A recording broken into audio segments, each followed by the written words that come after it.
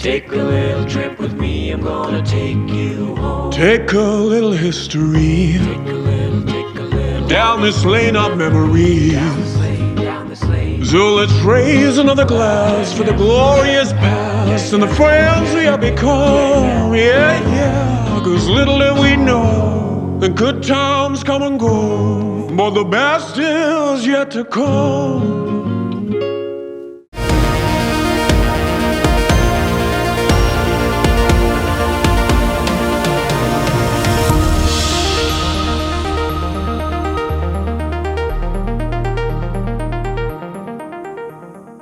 Hello and welcome to a special interview for The Wire. On the 14th, the Prime Minister extended the lockdown for a further 19 days with increased severity in the first week, but with some measure of relaxation starting today. Was that a wise decision? And what does the relaxation mean for the economy? Those are two critical questions I shall put now to India's former Chief Economic Advisor and former Chairman of Kotak Mahindra Bank, Shankar Acharya. Professor Acharya, in an article you wrote for the Business Standard on the 9th, you said, extension of the lockdown by a few more weeks would be a bad choice for India. There should be no extension of the current nationwide lockdown beyond April the 14th. First of all, do you stand by that view? Broadly, yes, Karan. And I should reiterate the principal reasons, if you will give me the time. Basically, I think in India, we're in a very different situation than in Europe, US, and China. We are much poorer. Average incomes are several orders of magnitude lower. And what's more important, perhaps, that something like 40 to 50% of our population are either below the poverty line or a little bit above it. So what that means is that in any economic shock, it's quite possible that at these subsistence standards of living, situation becomes, you get to destitution and desperation very fast.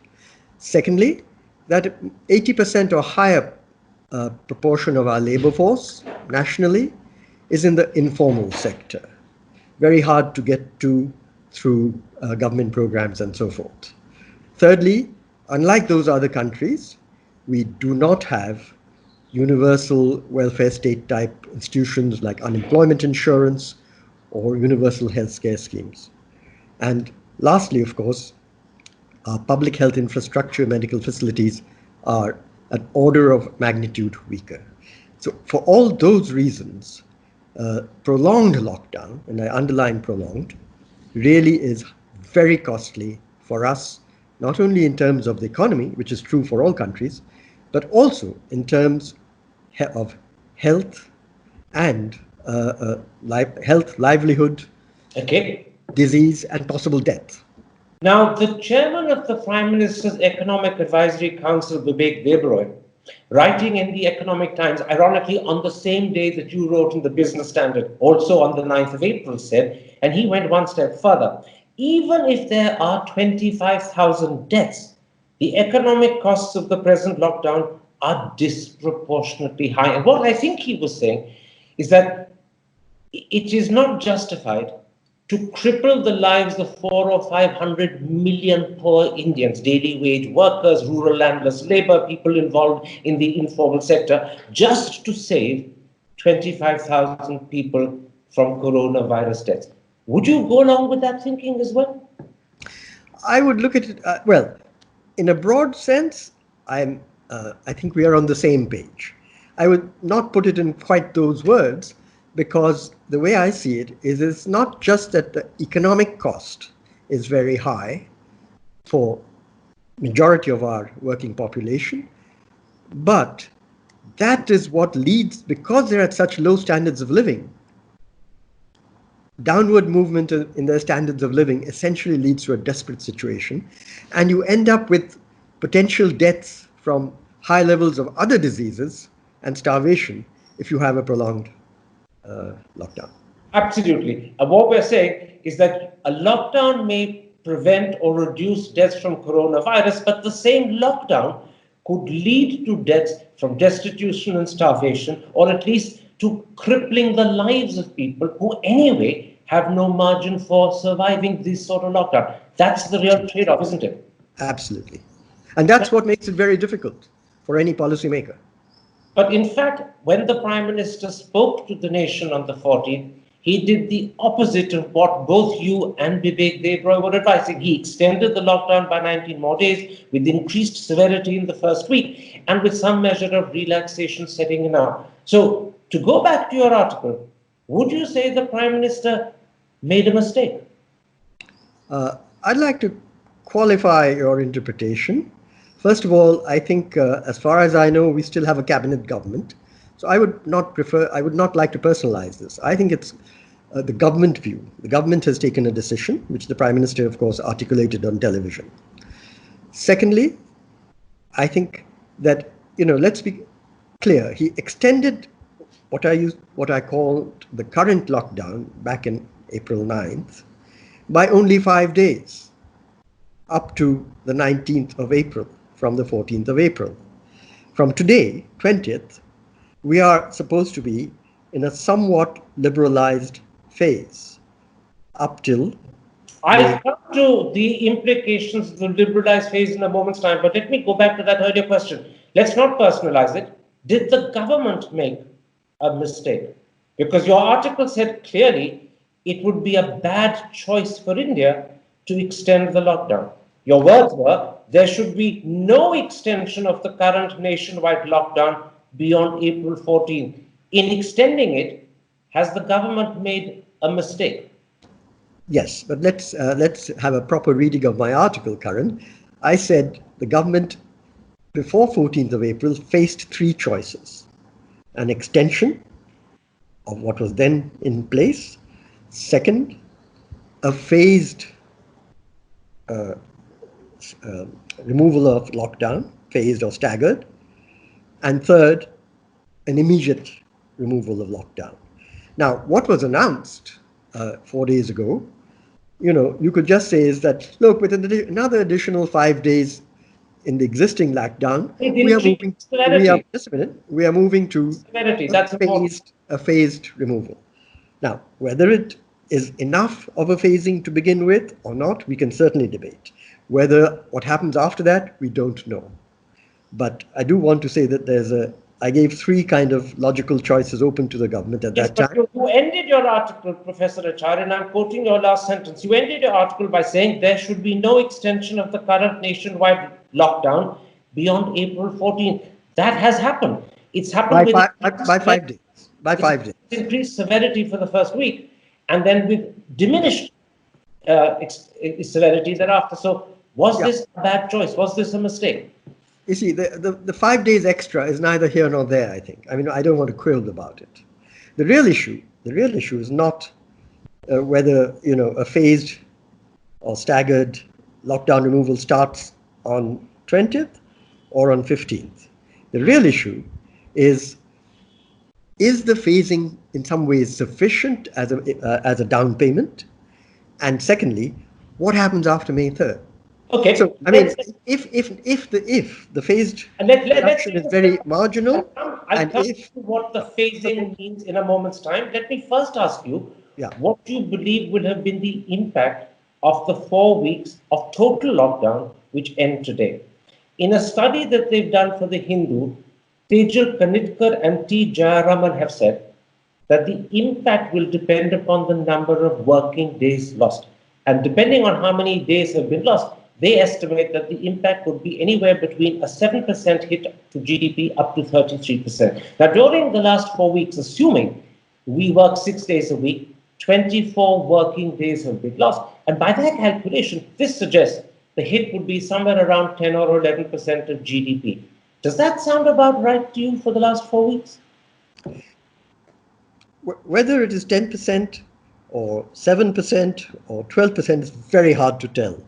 Karan, what I will say is I certainly find that the estimates put out by the World Bank, the IMF in the latest World Economic Outlook for all countries and the world, and for India, I believe they say just a reduction of the growth rate to somewhere 1.8 or 1.9%, I find that frankly quite ludicrous.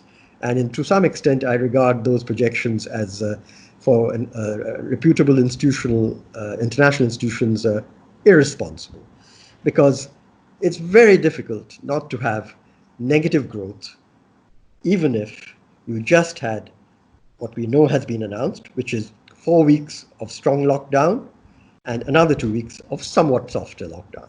So you're saying that unlike the World Bank, who believe that in fact, or the IMF, that India's growth will slow down to 1.8%, you actually believe it will decline?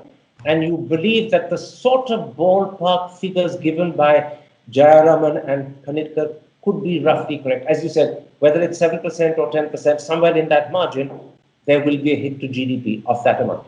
No, it could even be, it could be sort of 3-4% even negative. Because if, I don't think this will happen, but if on May 3rd, we simply go back to business as usual, then, the damage will be contained to those 6 weeks.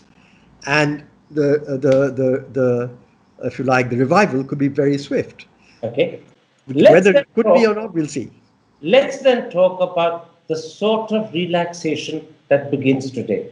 Now, in rural India, agricultural and construction activities are permitted. In SEZs and EOUs, some measure of industrial activity is permitted. There is easier movement of goods both by train and road. E-commerce, to a very limited extent, has been opened up, but only for essential, not for non-essential items. And individuals like plumbers and electricians can function. As a former chief economic advisor, how significant is this relaxation? How much economic activity is it likely to permit? Well, Karan, I'm not sure being a former chief economic advisor privileges me in any way in terms of the intelligence of my answer at this point. But I mean, I've looked at the numbers in terms of our sectoral breakdown in the national accounts and so on. I've talked to a couple of people, and it's pretty impossible to be, in any sense, give anything what you might call a serious estimate. But what I would say, an educated guesstimate would be something like this: that that initial 4-week lockdown, during that period, the economy was probably functioning at not in the range of 40 to 50% of the previous norm. If earlier you were at 100, you are probably now functioning at 40 to 50 in terms of economic activity or GDP or whatever you want to call it. I think, and based on, as I say, some conversations, that given what we know about the nature of the relaxation, here let me do a little detour. See, the nature of the relaxation granted in the central government guidelines are, as I understand it, sort of minimum requirements which leaves it open to the states to do more, or rather to less. The to do state less. is more severe. That's right. They can't ease more than the central government. Exactly right. You're exactly right. So really, it's quite possible, as we see, for example, in Delhi, Mr. Kejriwal has said, no, we're not going to relax at all. So what's the ballpark figure you're coming towards? Ballpark, I would say, is around what used to be 40 to 50 is probably around 50 to 60. Let me put you what Nomura says, because Nomura, the Sonal Verma of Nomura, has gone public to say that the relaxation, if it actually works, will allow 45% of the economy to function. So she doesn't accept that 40 or 50 has anyway been functioning under the total lockdown. She believes now with the relaxation, only 40 or 50% will function. Could be. I mean, as I say, these are only, I'm sure that hers is or his or hers is also an educated guess. These are guesses. But the point here is that the way I'm trying to project it is that I think the relaxation we are talking about is not more than a delta of 10% of GDP or 10% of economic activity. So, I mean, in my terms, what was 40 to 50 may go up to 50 to 60, somewhere in that range, right? I don't know what her prior baseline estimate was. Let me put to you a concern that the Hindustan Times has raised. They point out that 453 million people live in the 170 hotspots or red zones where no relaxation is permitted whatsoever. And these 170 hotspots cover 87% of Delhi, 60% of the state of Maharashtra, and the majority population in 10 Indian states and union territories. So this means, if the Hindustan Times is correct, that this relaxation will not make any change in economic activity for 450 million people, which is virtually 36% of the country's population. Well, that's one way of looking at it. I would suggest that possibly more relevant is two other ways, or two other indicators. That something I've read, I forget where now, perhaps the Business Standard, that somebody else has estimated that if you take the hotspot areas, they account for nearly 60% of India's GDP. And the rest, even though geographically in area terms is much less, account for only 40%. And another estimate, again made by somebody else, is that in terms of bank credit, 80% flows to economic agents in the hotspot areas and only 20% to economic agents outside the hotspot areas. So basically, all of these three things that we've talked about, the Hindustan Times, the two things I mentioned, work in the same direction. That it really limits seriously the opening up. Let me raise a few specifics with you. First, the Rabi harvest. As you know, the Rabi harvest, both in terms of the harvesting as well as the selling in mandis, is critically dependent on labor. Will that be a huge problem with labor missing, or do you accept what the government has put out yesterday, that 67% of the wheat harvest has anyway been completed, which came as a big surprise to me? But do you believe there is a problem, or do you believe it's been taken care of? Well, there were lots of reports in the newspapers in the last 2 weeks, 3 weeks, of significant problems being faced in terms of the distribution channels of farmers and so forth, either because not enough workers or loaders and so forth, or because of transport bottlenecks, they were being stopped, or the lorries weren't available and so on. So at that time, it's possible that all that has been, in some sense, largely sorted out by central and district administrations. So I don't know. Frankly, I don't have any useful thing to say on this. We just have to wait. Let's come to manufacturing industry in SEZs and EOUs, which are allowed to operate if they can house their workers on the premises, if they can, in addition, ensure safe transport, and finally, if they can maintain safe social distancing. Am I not right in saying that also extends to industrial estates? Yes, SEZs is what I meant by industrial estates. No, you can have industrial estates like, say, around Manesar or Nimrana. So in which case, given that these conditions extend not just to SEZs and EOUs, but also to industrial estates, what sort of economic activity will they permit? Because many industrial estates may not be able to keep their workers on the premises all night long. That, I think, is a genuine problem.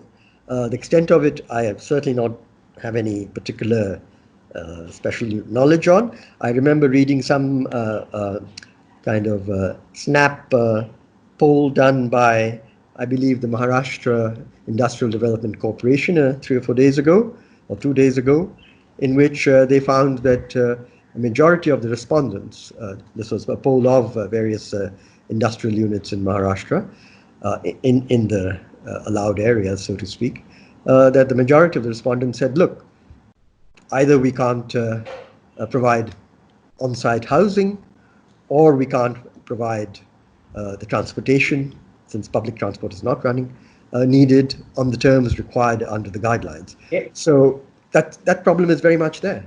And Which is why problem raised. I think the delta in economic activity, because of this first phase of liberalization, I gave a range of 10 up to 10%. It could be 5%. Absolutely. Just one more problem. This time it's one articulated by R.C. Bhargav, the chairman of Maruti, India's biggest car manufacturer, with almost a 50% market share. He points out that not just Maruti, but many other companies will have vendors and suppliers who are either not on industrial estates or may even be in red zones and hotspots. And without those vendors and suppliers, it's impossible for the parent company to function. So once again, even if someone like Maruti can find a way of housing their own workers, their vendors and suppliers will not be available to them. Yeah, otherwise you'll get a lot of cars without headlights or something like that. So then, to sum up this part, do you get the feeling that although a certain measure of liberalization in the lockdown has begun with today, its actual economic impact may be very marginal? 5% of GDP in normal times is not marginal, so I wouldn't completely, or certainly 10% isn't. So I wouldn't say it's marginal. I would use the term, it's small. It's small. Let's then take a break, and when I come back, I want to touch on the manner in which this will continue to impact on people, because that was at the very core of your article for the Business Standard, and that is one of the principal reasons why you said on the 9th that an extension of the lockdown would not be advisable. Let's come back and ask, what is it that the government has done, and to what extent does this liberalization actually make things easier for India's poor? But first, a message from our sponsor, Ludicrous. Take a little trip with me, I'm gonna take you home. Take a little history Take a little down this lane of memories. down this lane. So let's raise another glass for the glorious past and the friends we have become. Yeah, 'cause little did we know the good times come and go, but the best is yet to come. Welcome back to a special interview for The Wire. My guest is India's former Chief Economic Advisor and former Chairman of Kotak Mahindra Bank, Shankar Acharya. Professor Acharya, in part two, let's come to what the lockdown and the relaxation that starts today means for people. The Center for Monitoring the Indian Economy has already pointed out that during the last 3 weeks, the unemployment rate shot up to 24%. And as you mentioned yourself a moment ago, 80% of India's workforce works in the informal sector, and a very sizable number of them are daily wage workers, and they've taken the brunt. We've seen on TV screens how in their hundreds of thousands, if not millions, they've actually just taken to their feet and walked back to their villages.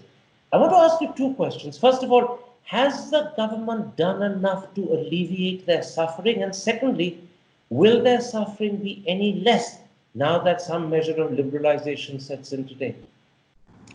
Karan, before I get to those two questions, I think we need to understand a little more about what information we have about what is happening to, as you put it, the labor force in India's labor force in the informal sector, which, just to recapitulate, accounts for about at least 80% of our total labor force. And so we are talking about not a small number, but about 400 million people in that informal sector, which is composed of not just daily workers. Daily workers are only one part of it, but also includes self-employed, as well as, I would say, quite a few of what is classified as regular salaried, because you may not know this, but about 70% of regular salaried workers, as classified in official labor force surveys, work without contract. Sure. So the distinction between casual labor and regular salaried is not that strong a one. I So accept the point you're making completely. Yeah. Now, has the second- government done enough of this, and will their suffering be alleviated now that there's I know where you're going, but I want to also say something. I think one of the government, the society's main responsibility is to find out, as this whole thing unfolds, more and more reliable information. What is the impact on the labor force and on households all across India? And so far, you cited the CMIE surveys, which are an ongoing labor force survey. They're pretty much the only, I would regard as fairly reliable survey going on, and we should keep watching that. And on this, the drop or the increase in the unemployment rate from what used to be 7-8% to 24%, as you said, in the most recent April 12 data, is massive. It's completely unprecedented. We have never in our recorded independent history had that kind of a jump in unemployment. And that's not all. What's also changed in that period between, let's say, February and mid-April, is that the participation rate, which is referring to working age people actually in the labor force, that rate has dropped by 6 percentage points. If you add up both those effects, my calculations suggest that upwards of 100 million people have lost their livelihoods already. Now, whether they'll get them back is a different question, but they've certainly lost them. In which case, has the government done enough to alleviate the plight of this 100 million? And will it be any less now that liberalization is setting in? Okay. On the first question, has it done enough? I would say it has tried. It has tried both through cash transfers to some set of Jan Dhan accounts, as well as increasing by 5 kg through the PDS the allotment of food grains, both of which cost money, and done a few other things. Whether is it enough? Certainly not in relation to need, but you have to also take into account government capacity in this, both administrative and fiscal, and we can get to those separately. But I would certainly say that to the extent that the government has capacity, both administrative and fiscal, it should absolutely focus on doing much more in this area and prioritize this, because everybody wants money from the government, whether it's states, whether it's industries, small business, whatever. Let me put this to you. There are many people who are suggesting that the government should first of all universalize the PDS ration scheme. It hasn't done that as yet. And secondly, there are people suggesting that an immediate cash payment to every single Jan Dhan account should be made. Some people say 3,000 rupees a month, others say 5,000. Do you think those are two ideas that the government should sensibly pursue? Some version of those two certainly should be seriously thought about. I myself, as an old finance man and therefore a conservative on these things, would say, look, when you have a cash crunch and the fisc is in a huge cash crunch because of falling revenues, you have to prioritize expenditure. So, the problem with, say, universalizing anything, it sounds good, it is good if you have the resources. Otherwise, you're wasting, in some sense, quite a lot of your money, because it's going to people who are not the most neediest, whether it be cash or whether it be kind. Can I point out one reason why universalization of PDS ration would be essential is because Jean Drèze points out over 100 million are actually not covered by the Food Security Act. They are not receiving any money from or any ration from the PDS. They therefore have no safety net, and therefore they are people the government hasn't even got its sights on at the moment. If it were to be universalized, there is a good chance that these people would get something to eat. As I say, I just repeat that, on the face of it, that sounds like a good idea. But does that mean that by universalizing, people like you and I will be given more food? That's what a universal system really means. So what you could do is to extend it and say that anyone whose income is below X will automatically qualify, right? Subversion. Ensuring that people like you and I do not benefit. Exactly. You have to find some criteria, in my view, to limit the amounts. Let me put this to you. It's 3 weeks virtually since Nirmala Sitharaman announced her initial package.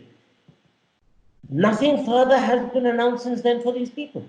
And we know that there are at least 100 million, that was the figure you quoted, who have lost their jobs, who are destitute. Many of them are daily wage earners who, if they don't earn, will not eat. We've seen the plight. Are you surprised the government hasn't done more? 3 weeks have gone by and it hasn't done anything more. Well, I'm not necessarily surprised, because the limitations on the government side, both in terms of the actual availability of cash revenue, if you like, as well as in terms of the administrative capacity under these two schemes, is limited. Now, it's quite possible that they are trying to ramp up on both sides, I don't know quite how, and that they'll announce something in the near term.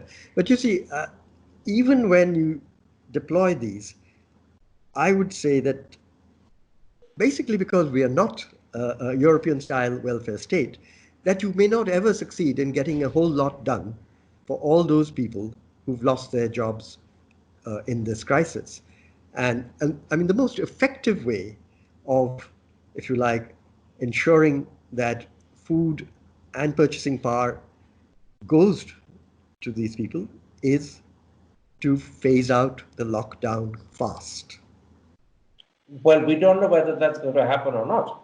Exactly. Instead of That's the lockdown, the liberalization being uniformly enforced, Delhi, for instance, has extended the lockdown in a total fashion for a week more. Many other states may choose to do something similar. So instead of it being phased out, the total lockdown may be continuing in some areas and making life more difficult. But let me come back to the point you made about India not having, the government not having the fiscal capacity. Even the IMF has said, I believe Geeta Gopinath, that don't at this point of time worry about the fiscal deficit. Now, I know that the combined deficit of center state as well as public sector units, what's often called the public sector borrowing requirement, is somewhere around 9% of GDP. But in a situation where your people could literally, in there, and I'm not exaggerating, hundreds of millions, be destitute and starving, is the fiscal deficit such a major concern? It's not a question of the fiscal deficit.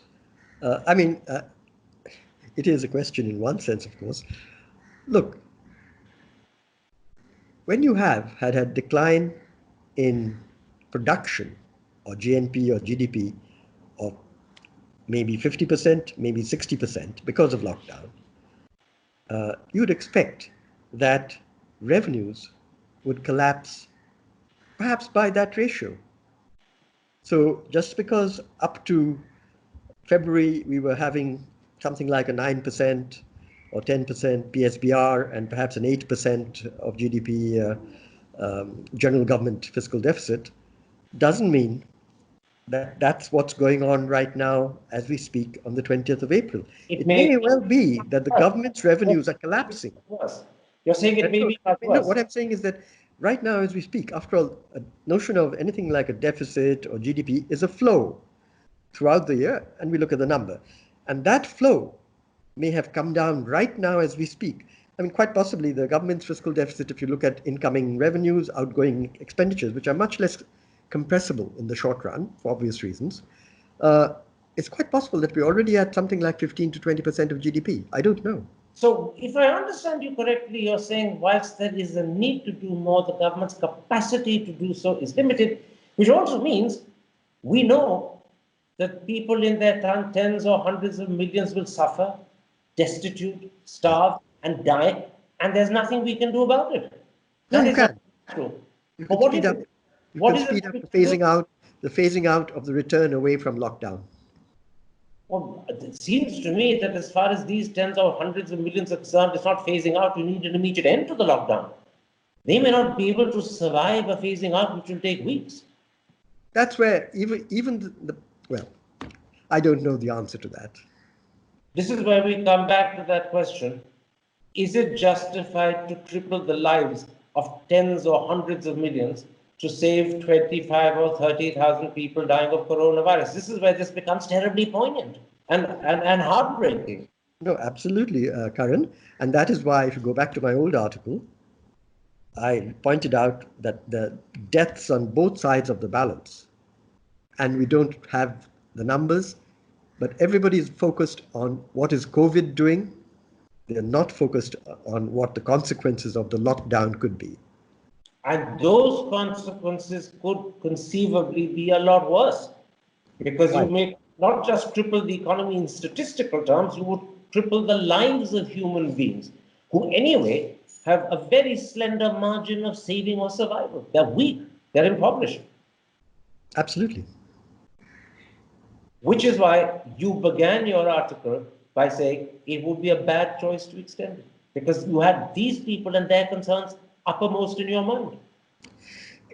That, and you see, I mean, look, when you cripple, and it's not just livelihoods of people, you cripple the capacity of the state as well. I mean, when you know you have your economy running at half its potential, everything gets crippled, and that's why it's that sort of thing is perfectly. I mean, not perfectly, but is defensible for 2 3 weeks. Four. I'm not going to. I don't know what the right number is, obviously. But beyond that, I mean, the costs are huge, and you have to think very, very, very hard of why you should continue it. Then let me put this to you. What is your advice to the government on the 3rd of May? I personally, Yes.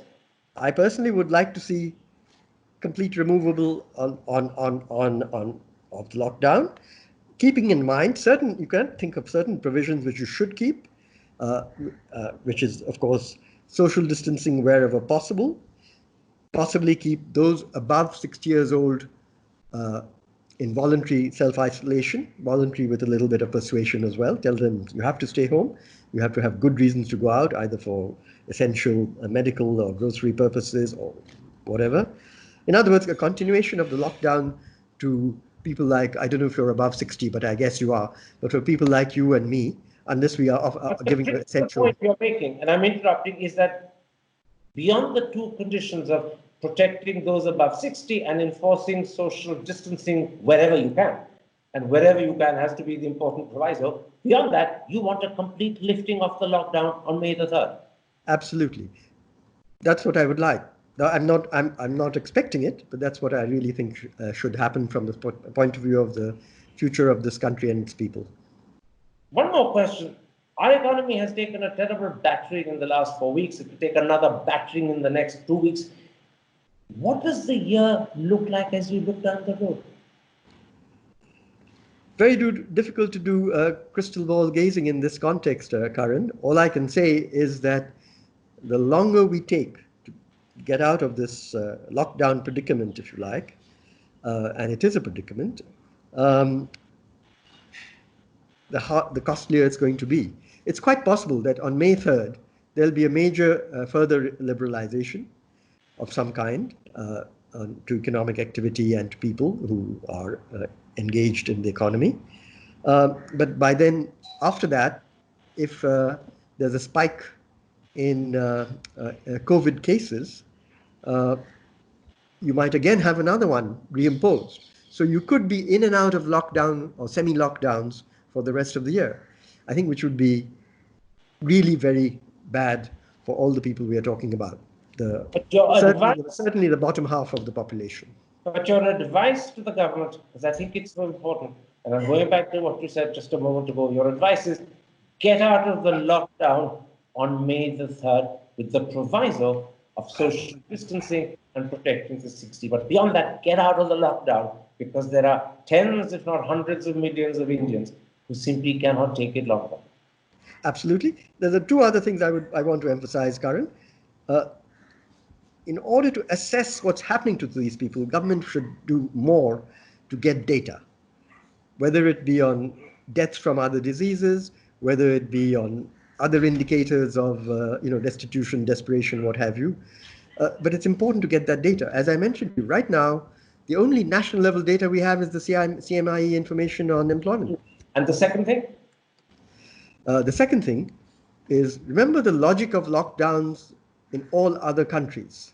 That is essentially was to build up the public health and medical capacities in all its ramifications to be able to cope to the anticipated peaks in the pandemic infections. Are you suggesting that hasn't happened or hasn't happened adequately in India? All I'm suggesting is I hope that we've done as much as we could have during this period, because that's the essential logic.